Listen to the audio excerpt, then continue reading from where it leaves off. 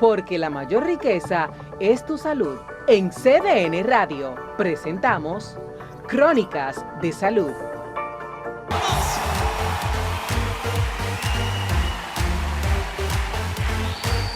Dile a la persona que está junto a ti, exalta conmigo a Jesús. ¡Vamos! ¡Sí!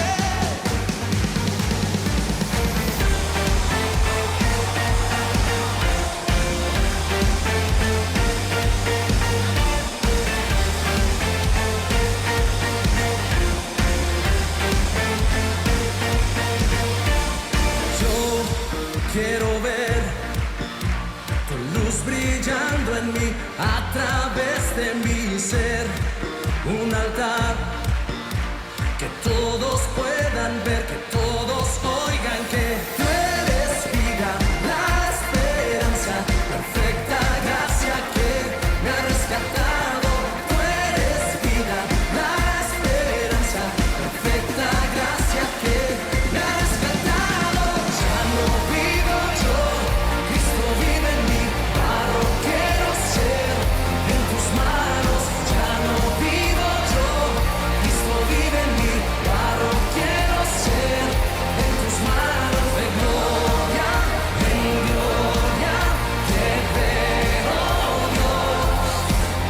De gloria en gloria transformado soy por tu espíritu.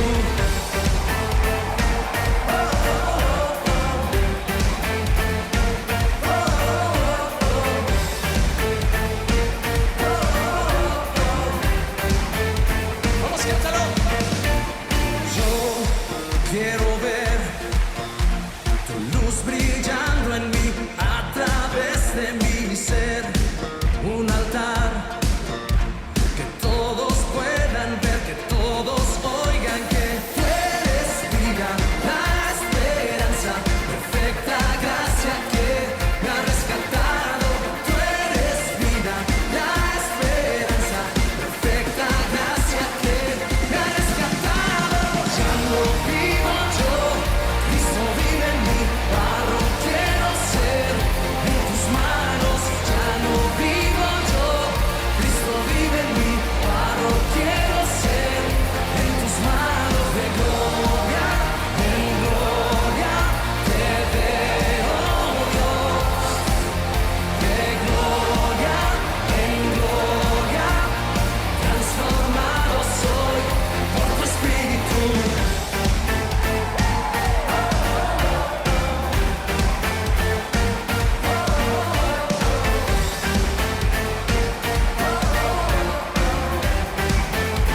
Vamos a ir conmigo.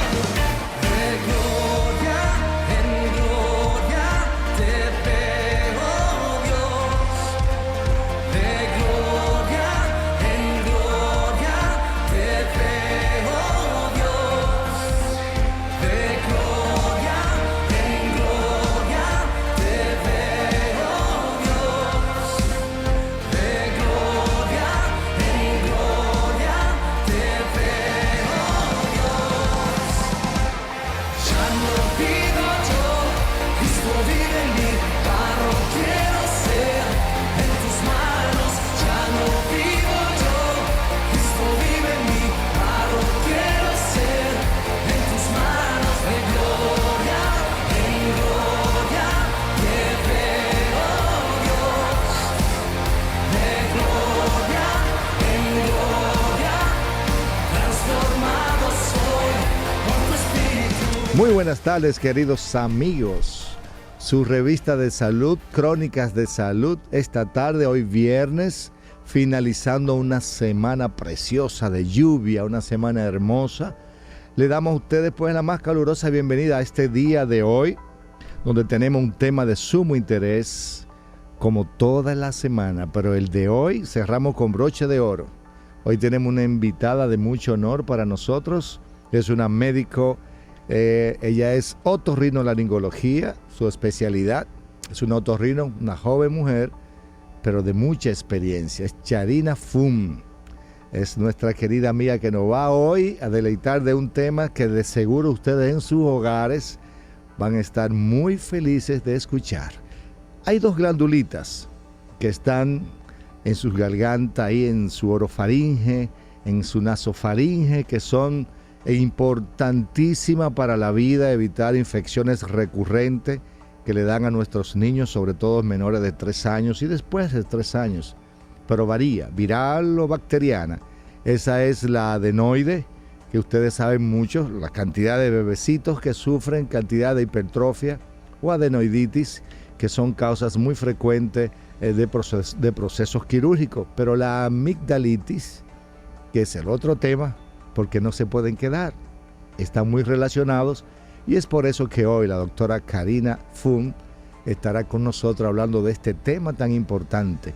Así que yo le doy la más calurosa bienvenida a nuestro programa Crónicas de Salud, y queremos aprovechar este momento también para saludar a nuestra querida doctora Fátima Castillo, que se encuentra en el Congreso de Pediatría que se está celebrando en Punta Cana.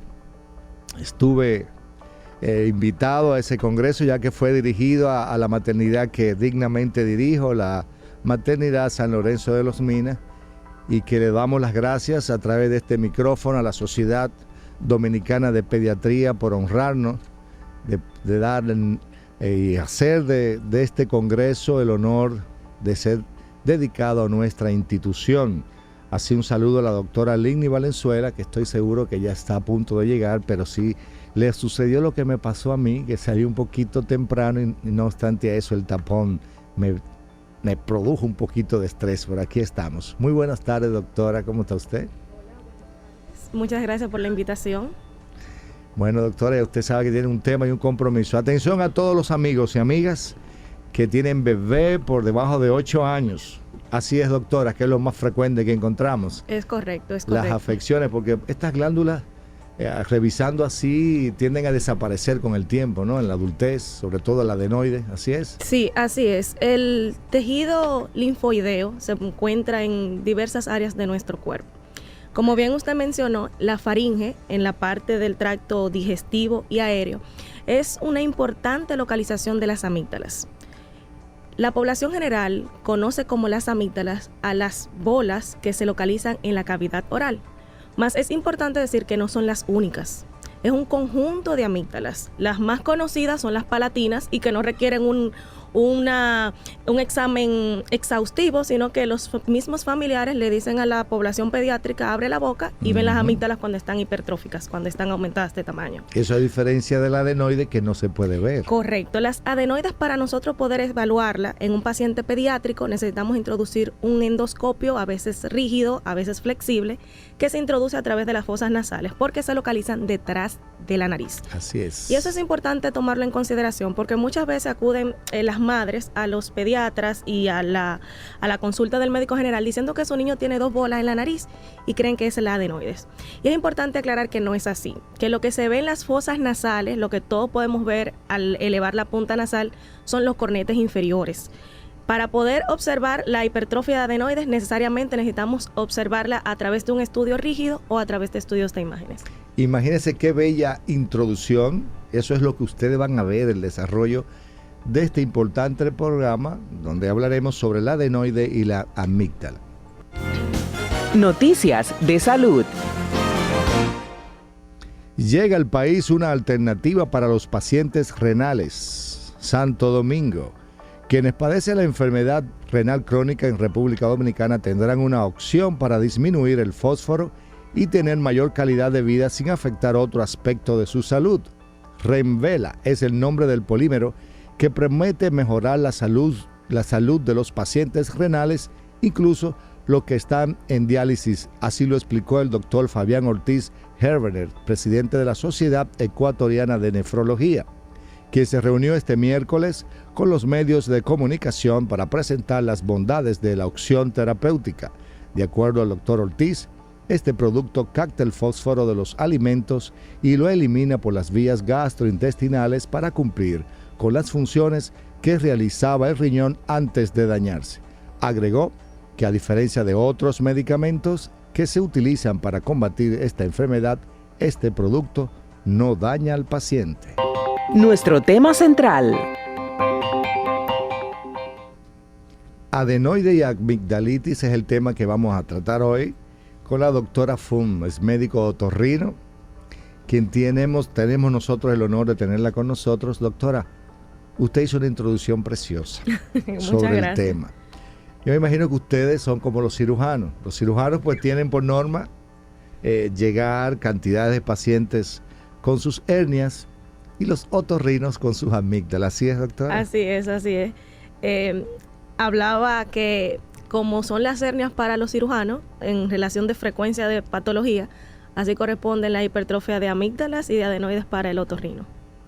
Doctora, iniciamos con el adenoide, porque sabemos que muchos de los niños padecen algún tipo de trastorno, porque es una glándula de suma importancia para nosotros al inicio de nuestra vida, porque es una formadora de linfocitos y además es una barrera que protege a los bebecitos de sufrir de enfermedades infecciosas en esa área.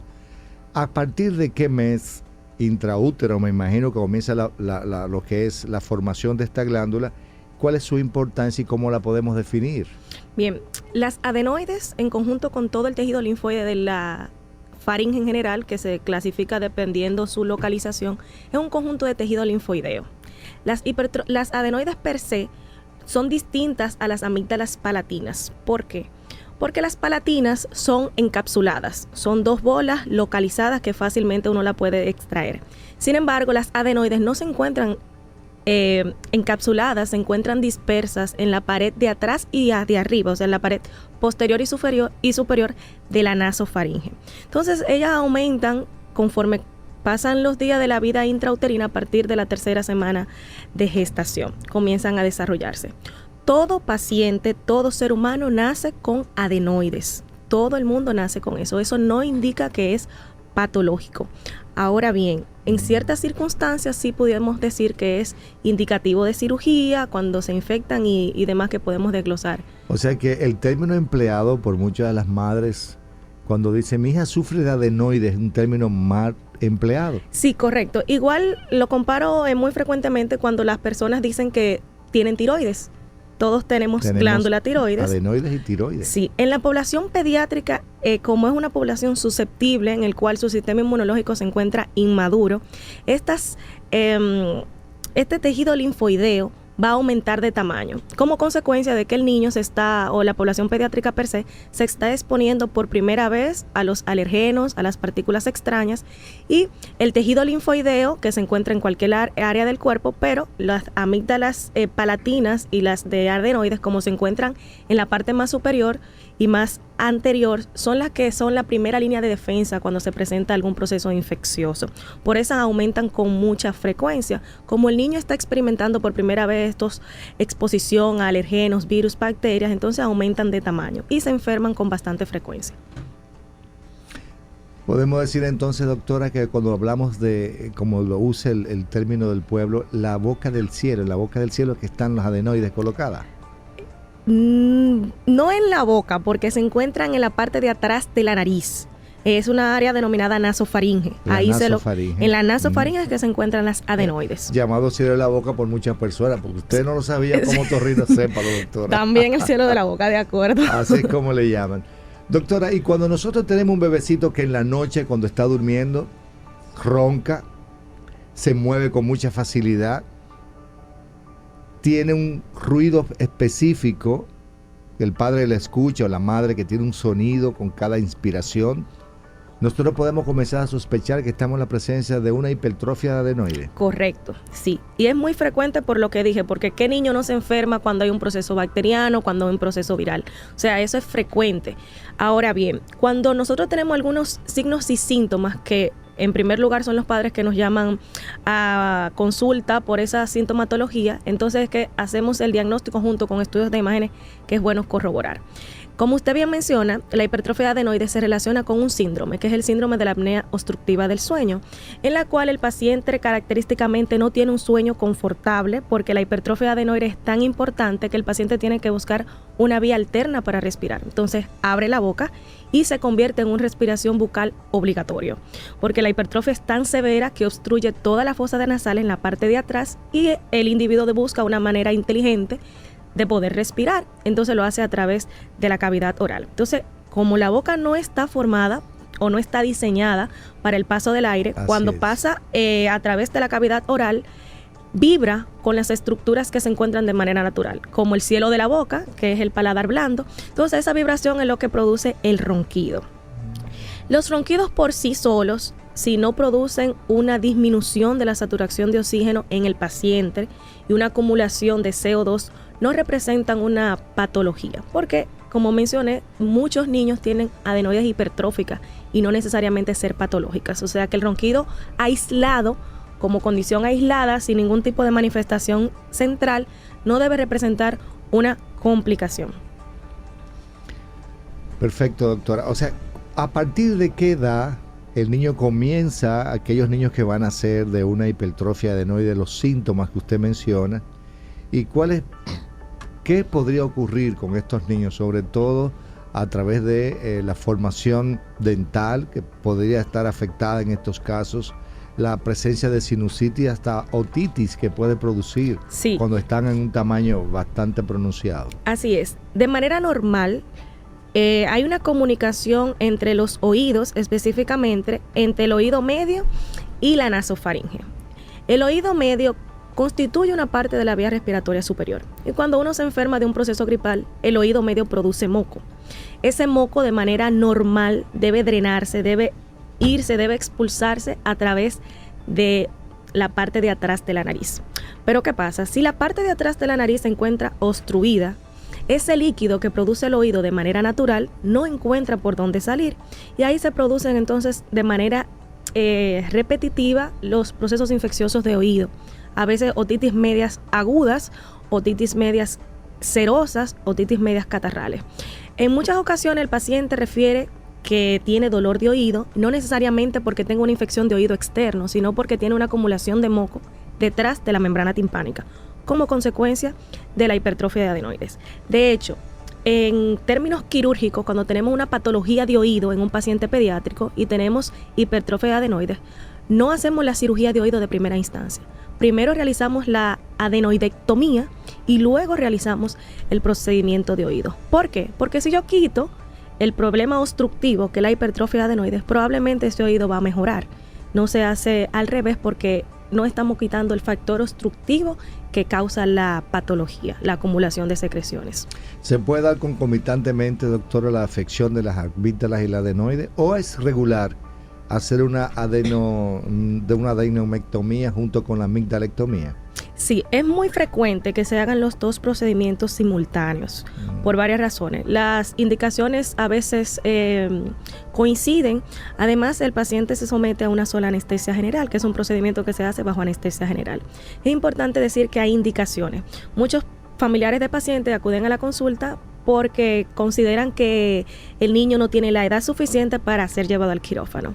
En ninguna literatura internacional, ni ninguna guía norteamericana, está contemplada que hay una edad específica para la cirugía, ni para la hipertrofia de amígdalas palatinas, ni para la hipertrofia de adenoides. Hay indicaciones quirúrgicas, como por ejemplo las infecciones de oído a repetición, los pacientes pediátricos con sinusitis. Si nosotros tenemos una sinusitis, no hacemos nada limpiando los senos paranasales, sino retiramos el factor obstructivo, que en este caso sería la hipertrofia de adenoides. Los pacientes que tienen mala oclusión dental, alteraciones craneofacial, porque los pacientes se vuelven respiradores bucales constantes, entonces tienen que tener la boca abierta, lo que hace que haya la mandíbula se vaya hacia atrás, la lengua se ponga más grande, el paladar superior se pone hacia adelante. Son pacientes que tienen una fascia adenoide característica. Son muy similares a los pacientes síndrome de Down cuando lo vemos con la boca abierta, con una macroglosia y la mandíbula hacia atrás. Todo eso son cambios fisiopatológicos que ocurren por una respiración bucal obligatoria, porque el paciente tiene un trastorno obstructivo a nivel nasal en la parte de atrás. Pero usted ha dicho cosas muy importantes, doctora. Fíjese que quiere decir que la adenoide en su hipertrofia es capaz de modificar el rostro de un niño. Correctamente. Y además también trastornar el asunto de sus dentaduras. en su dentadura e incluso alteraciones sistémicas como el cor pulmonar, que son patologías, un aumento de la cavidad derecha, como consecuencia de una disminución del oxígeno, porque cuando el paciente está roncando hay una disminución de oxígeno, no está llegando de manera adecuada oxígeno al cerebro, hay una acumulación del CO2. Entonces, esas alteraciones a nivel de gases arteriales van a producir consecuencias a nivel sistémico, en donde hay un aumento de la cavidad cardíaca, en el caso de la hipertrofia de adenoides. Doctora, para tranquilizar a los padres que nos están escuchando esta tarde, ¿hasta dónde podemos nosotros como padres esperar operar a nuestros hijos? O sea, debe haber un punto donde decimos, bueno, ya la hipertrofia ha llegado a tal punto que no podemos dar un compás de espera. Hay que llevarlo al quirófano y operarlo. Correcto. Para evitar estas complicaciones. Si el paciente hace procesos de otitis medias a repetición en un año, 3 a 4, es un paciente que necesariamente necesita una cirugía de adenoides. Un paciente que hace sinusitis a repetición, necesitamos hacer una cirugía de adenoides para evitar que vuelva a hacer sinusitis concomitantemente. Asimismo, si presenta una hipertrofia adenoides severa que impide que su sueño sea completo, que ocasiona que el paciente tenga microdespertares, son pacientes que durante el sueño tienen que despertarse con sed de oxígeno. El paciente y la madre te lo dicen, que no duermen bien, que son respiradores bucales crónicos y que necesariamente tienen que despertarse para poder buscar oxígeno. Son pacientes que evidentemente alteran su crecimiento postural, porque durante el sueño es que se libera la hormona del crecimiento. Entonces estos niños, como no tienen un sueño confortable, un sueño largo, un sueño prolongado, son niños que generalmente tienen baja estatura y después de la cirugía entonces pueden alimentarse con facilidad, dormir de manera reparadora y entonces aumentan mucho su tamaño postural. Pero, doctor, te he dicho algo interesante. O sea, influye de manera endocrinológicamente en el crecimiento del niño, porque muy bien sabemos cómo se desarrolla y cómo se libera la glándula de crecimiento durante el descanso pleno, que un niño debe 7, 8, 9 de la noche ya comenzar a dormir para levantarse entre 6 y media, 7 de la mañana e ir al colegio. Eso es así. Pero esos bebés tienden a mantener una noche sonámbulos, no duermen, se despiertan, se mueven. Es una cosa terrible, porque yo tengo una bebecita de 8 años con ese problemita, pero gracias a Dios no ha habido un desarrollo en ella. Parece ser que no es necesario, el otorrino estuvo esperando a ver si, y ya como sabemos que, y eso es bueno que usted nos diga, doctor, ¿a partir de qué edad esa glándula comienza a regresar? Esa glándula que se colocó hipertrófica, ¿a partir de qué edad comienza a regresar, a ponerse pequeñita? Y yo me pregunto, ¿y es posible que nosotros, luego de la extirpación, tanto del adenoide como de la amígdala, que está llamada la fábrica de los anticuerpos, como le llaman ciertas personas, y el temor de los padres, ¿verdad? Pero ahora sin adenoide y sin amígdala, entonces un bebecito de 7 años, ¿cuál será entonces mi vía de defender a un cuerpo cuando llegue a ser agredido o por un virus o una bacteria? Bien, respondiendo a su primera pregunta con respecto a la edad, el tejido linfoideo tiene su máximo desarrollo, por así decirlo, entre los 3 a 6 años, con una media de 4 años. Durante ese intervalo de tiempo, el paciente va a hacer muchos procesos infecciosos a repetición. Pero después de los 6 a 7 años hay una involución espontánea, es decir, hay una disminución de ese tamaño de la hipertrofia adenoidea. Por eso en muchos pacientes, cuando no tienen una sintomatología tan florida y uno corrobora que tiene hipertrofia adenoide, uno deja evolucionar dependiendo de la edad. Tiene 5 años, 6 años, uno lo deja evolucionar espontáneamente, porque la evolución natural de ese tejido amigdalar es disminución hasta su desaparición completa. Eso siempre y cuando, como usted mencionó ahorita, no tenga las complicaciones de las otitis a repetición y esas grandes dificultades para conciliar el sueño. Pero qué bueno que nuestra querida doctora Lini Valenzuela, ya los tapones la dejaron llegar. Muy buenas tardes, doctora. Sí, buenas tardes, que veníamos del este, doctor. Usted estaba por el este igual sí, que señor. yo. Estábamos en el este y déjeme decirle que es terrible. Lo que pasa es que el Señor ya nos ha deparado de una paciencia exclusiva. Yo creo que es para que mi genio se vaya mejorando. Pero vemos inclusive muchos conductores que quieren sacarme de mi paz, doctor. Pero no lo permitiré. Dije, bueno, gracias a Dios que el doctor está allá. Bienvenida, doctora. Qué placer. Muchas gracias. Doctor, mire, esa dama es joven, bien preparada. Venía escuchando el programa, doctor. Parecía como que era una consulta exclusiva de ambos, que estaban hablando de un tema peculiar, que donde cada quien decía, el doctor, sus inquietudes, y usted se encargaba de contestarle tan fluido y con tanta naturalidad. E inclusive venía mi cuñada, que es madre primeriza, tiene un bebé pequeño, y estaba feliz.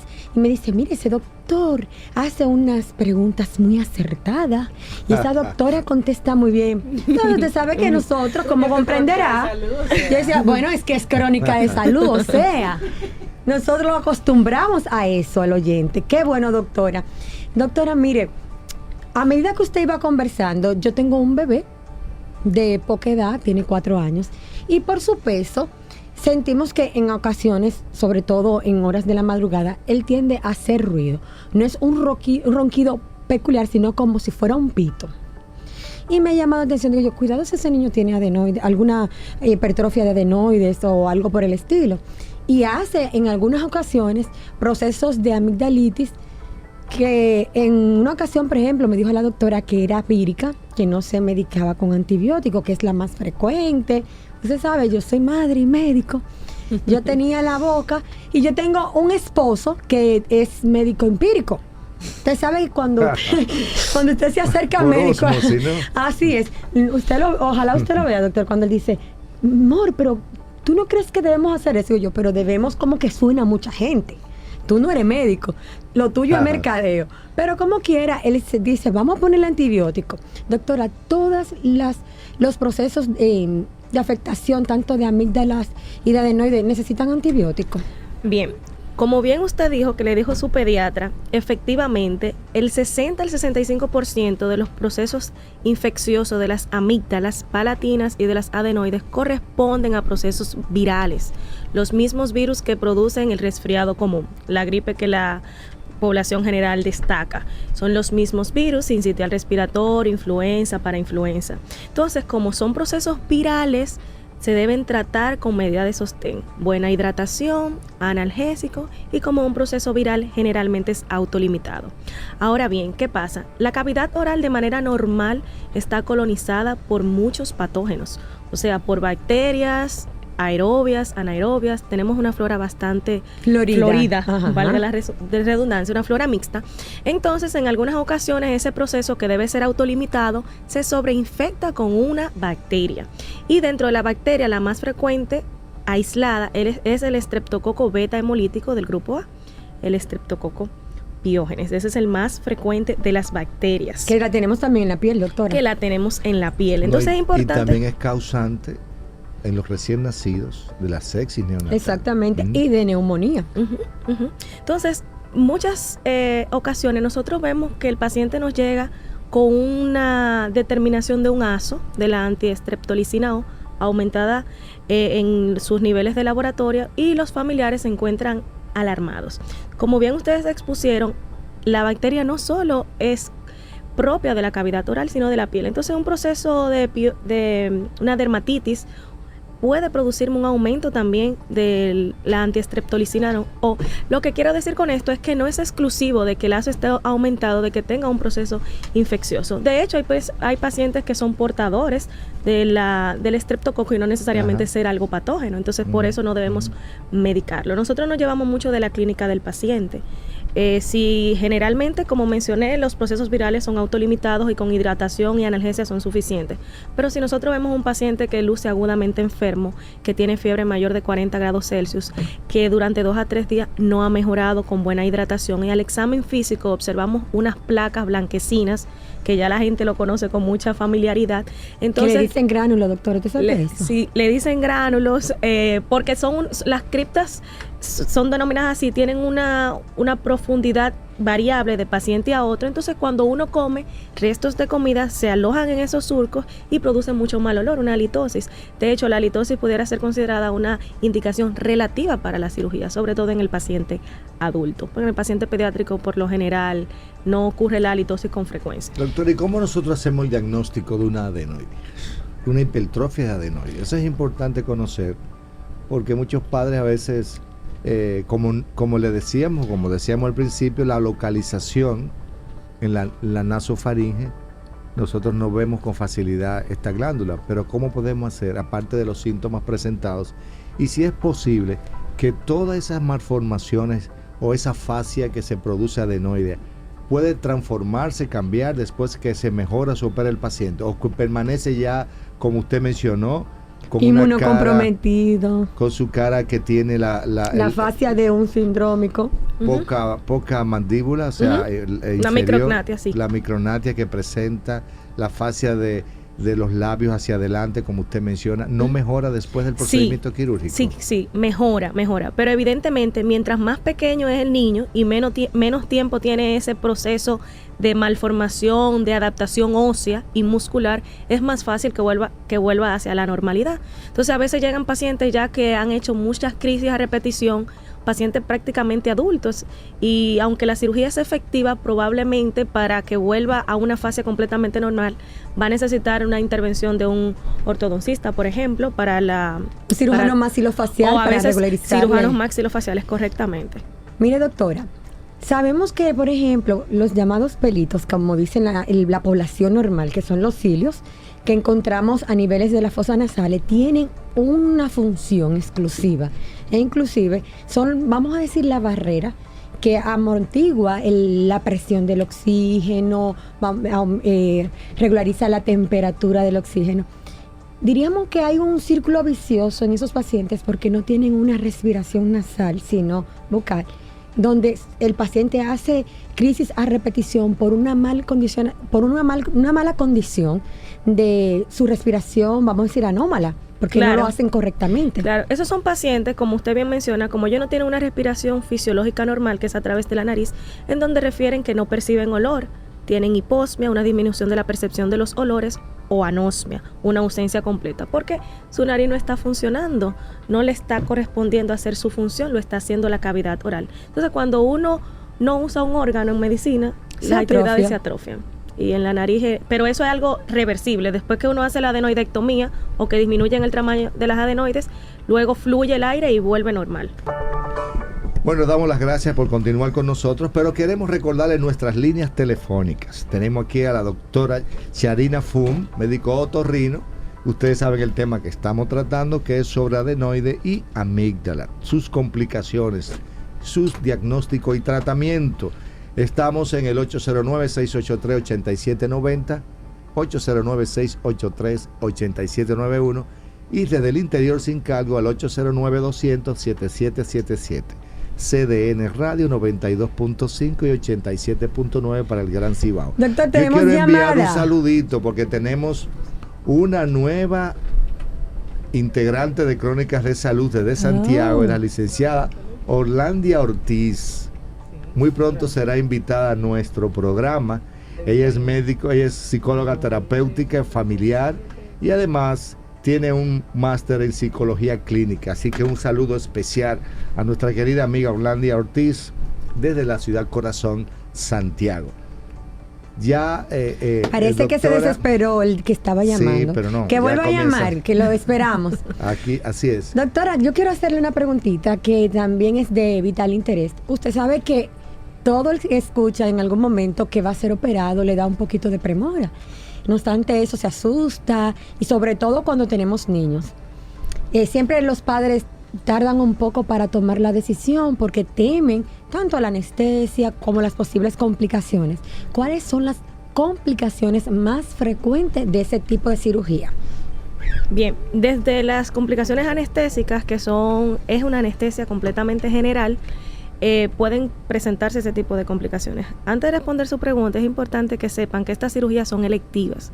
Eso quiere decir que nosotros tratamos de realizar un panel de analíticas y de evaluaciones prequirúrgicas antes de llevar al paciente al quirófano, que debe ser evaluado, aún siendo un paciente sano, por un pediatra cardiólogo que autorice su procedimiento, y si el paciente presenta alguna enfermedad concomitante, que si es asmático, si es diabético, entonces debe ser evaluado por los especialistas, los cuales deben dar apto al procedimiento. Hasta que el panel de expertos involucrados no den el procedimiento como apto, entonces nosotros no realizamos el procedimiento. Doctora, vamos a tomar una llamadita. Buenas tardes, Crónicas de Salud. Buenas. Sí, a sus órdenes. ¿De dónde lo llama? Bueno, yo soy de Yaguate, San Cristóbal. Hola, Yaguate, qué bueno que nos llame. Diga San su Cristóbal, pregunta. buenas tardes. Lo que pasa es que yo tengo un niño, ya él tiene 16 años. Y yo no Un sé cuando yo estaba más adolescente. pequeño que él respiraba por la boca. Casi Sí, pero- despierto y durmiendo. Él lo hace siempre por la boca. Yo lo he llevado al centro de allá siempre. Y siempre lo que me dicen que es una sinusitis. Y yo le digo que me transfieran a otro médico para yo ver por qué él respira muy forzado. Y ellos dicen que no pueden transferirlo. Entonces le quiero saber qué usted me invita o qué me dice. Escucha su respuesta por el teléfono, doctora. ¿Cuál es la edad? ¿Cuál es la edad? 16 años 16 años ya tiene y desde chiquito lo estamos tratando allá en el por hospital de allá. sinusitis. Ok. Como habíamos mencionado al inicio del programa, no es frecuente que en la población adolescente y adulta tengan hipertrofia de adenoides, aunque esto debemos descartarlo. Es un varoncito, por lo que escuché de la madre. Es importante en la edad ya de después de los 10, 12 años realizar tomografías de nariz y senos paranasales, porque como no es frecuente que presenten la hipertrofia de adenoide, debemos descartar, de acuerdo a algunas características clínicas y por imágenes, si el paciente efectivamente tiene una hipertrofia de adenoides o obtiene otra condición. Los pacientes masculinos de edad puberal con historias de sangrados a repetición y con historia de obstrucción nasal no se asocia a hipertrofia de adenoides, eso hay que tomarlo en cuenta. Entonces en estos pacientes debemos descartar la presencia de algún tipo de tumor vascular que se presente en los pacientes masculinos, que se localiza en la misma área donde están las adenoides, pero es distinto. Cuando mencionábamos la sintomatología, un paciente con hipertrofia de adenoides no debe sangrar. Y a diferencia de esos pacientes que presentan tumores a través en la nasofaringe, en la parte de atrás, frecuentemente hay sangrados de cuantía valiosa que incluso pueden poner en riesgo la vida del paciente. O sea, lo ideal sería evaluar al paciente Con un especialista. con un otorrino. especialista y a realizar estudios de imágenes. Tenemos otra llamadita, doctora. Crónicas de Salud, buenas. Sí, buenas tardes. Sí, buenas. ¿De dónde lo llama? Desde La Núñez. Hola, dama. Díganos su pregunta, por favor, para la doctora. Yo tengo dos preguntitas, una para mí, la primera, y la otra para la niña mía. Perfecto, haga toda la que necesites. Gracias.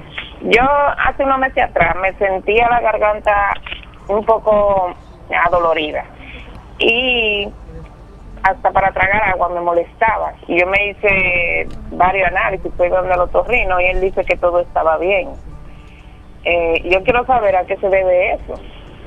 Y lo de la niña mía, ella hasta durmiendo, ella ronca y cuando está jugando a veces como que hace un sonido que se le siente como que sale por la nariz, no específicamente de la boca, sino un sonido cuando ella está jugando, como que si algo le molesta como para respirar bien, y yo le digo que si le molesta o le duele, ¿La edad de y la ella niña? dice que no. ¿Cuántos Pero años tiene? Pero yo le hice un análisis de lazo y le salió un poco alto ahí. Dama, ¿cuántos años tiene su bebé? Ella tiene 6 años. Ok. Escucha su respuesta, un momentito. En los pacientes adultos, la principal causa de faringoamigdalitis no son ni las bacterias ni son los virus, corresponden a la enfermedad por reflujo gastroesofágico. Es decir, el ácido del estómago que solo debe permanecer en el estómago. Hay ciertos pacientes que por alteraciones anatómicas como hernias hiatales o por mala posición a dormir o alteraciones en el esfínter del esófago, ese ácido del estómago asciende hacia la cavidad oral, hacia la orofaringe, irrita y produce una molestia importante, produce muchas dolor de garganta, que la odinofagia o dificultad para tragar. Entonces, probablemente si su otorrino la evaluó, no determinó una causa ni viral ni bacteriana, entonces es importante que un gastroenterólogo le realice una endoscopía digestiva alta para descartar la presencia de Helicobacter pylori o algún grado de gastritis. Como mencioné, en la población adulta es lo más frecuente. ¿Cómo usted sabe si tiene eso? Bueno, cuando usted ingiere alimentos ácidos como limón, chinola, cerezas, siente un malestar general.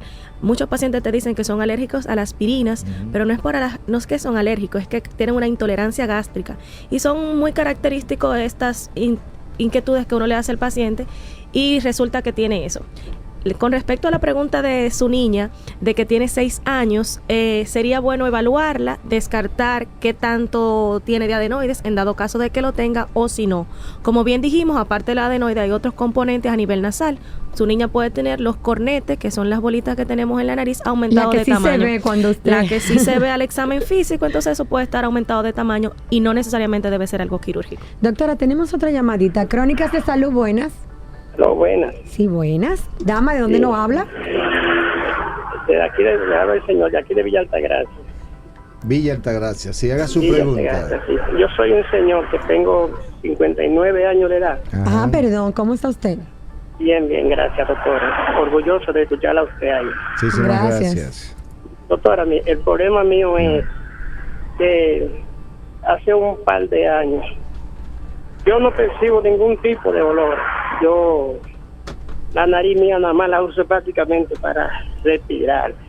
No percibo ningún tipo de olor, doctora. ¿A qué se debe eso? ¿Pero usted respira bien? Yo respiro bien, claro que sí. Ok. En los pacientes adultos debemos descartar la presencia de tumores de masa. Cuando hablamos de tumores no necesariamente nos referimos a tumores malignos.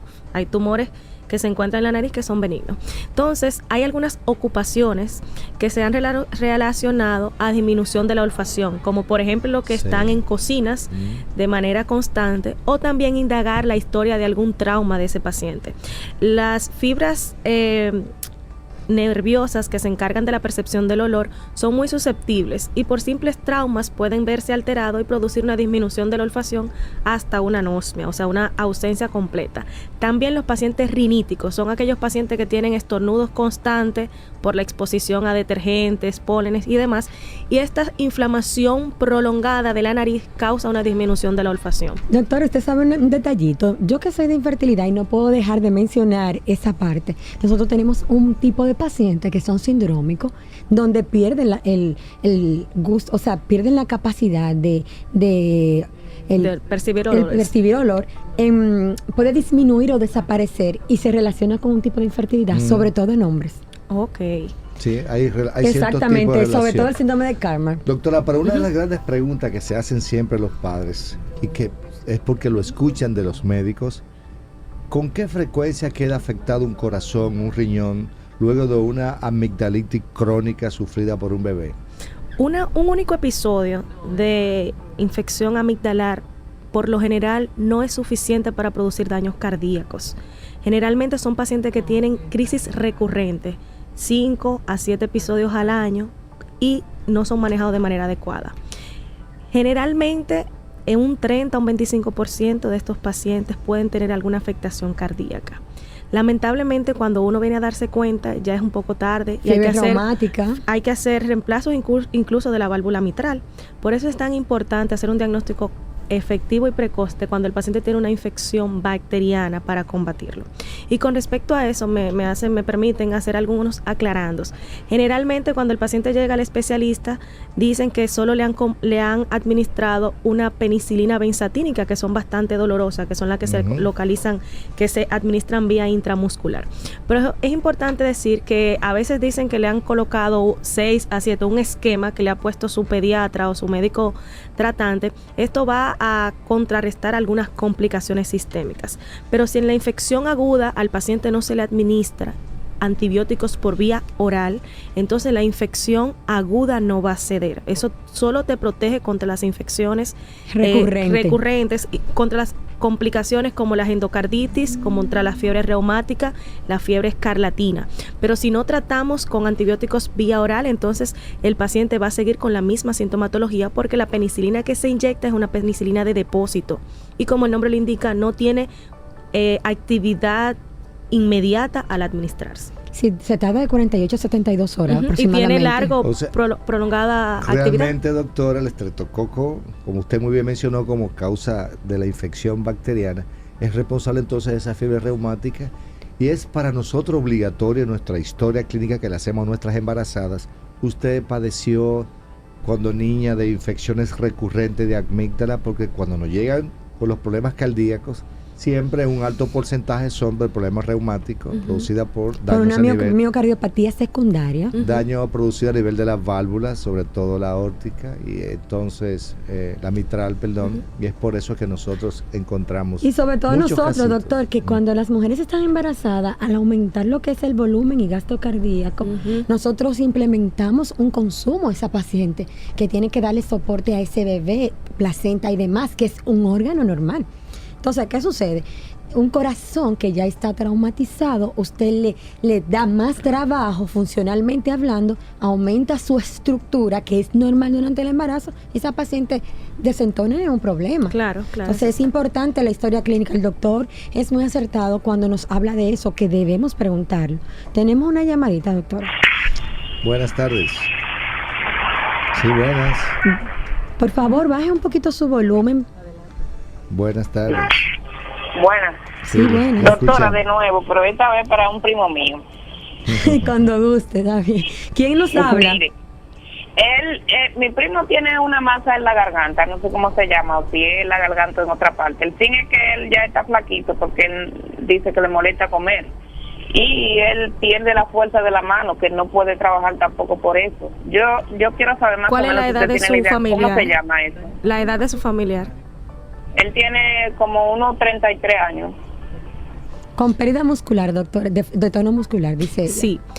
Con los simples datos que la señora me ha dado, no es suficiente para yo hacer un diagnóstico. Eso es muy arriesgado. Es importante ver la característica de esa masa que ella dice que tiene en la boca.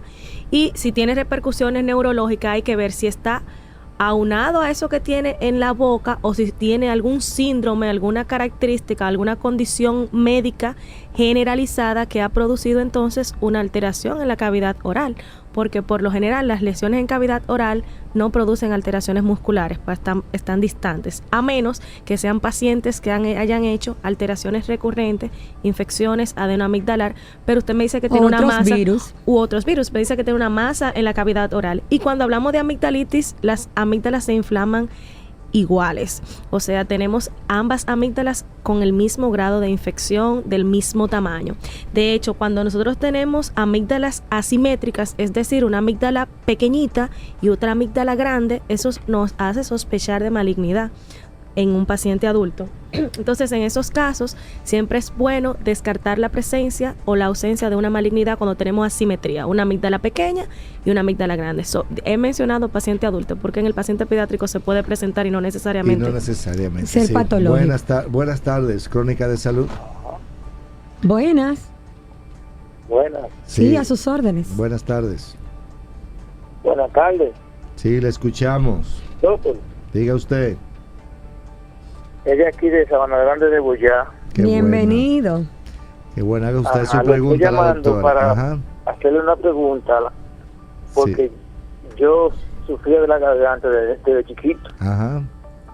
Y a mí me pusieron mucho Benzetrafil y 2.4 de una que había antes, que era de que buena. Sabrosísima, que pican, que usted sabe que no son nada Todavía fáciles. hace 3 o 4 años yo me la ponía y ya yo dejé de usarla y yo no me siento nada en la garganta. ¿Qué ustedes creen que puede haberme pasado ya? Yo tengo 65 años y comencé Muy de bien. chiquito a ponerme eso. Aquí tenemos a la experta, la doctora Fon le dará el resultado a la doctora. Sí.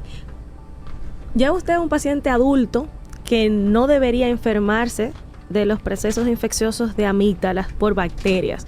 Probablemente cuando estaba usted en la edad pediátrica, cuando usted era un niño, lo medicaron bien porque con esas inyecciones estaban evitando que su corazón y su riñón se afectaran de por vida.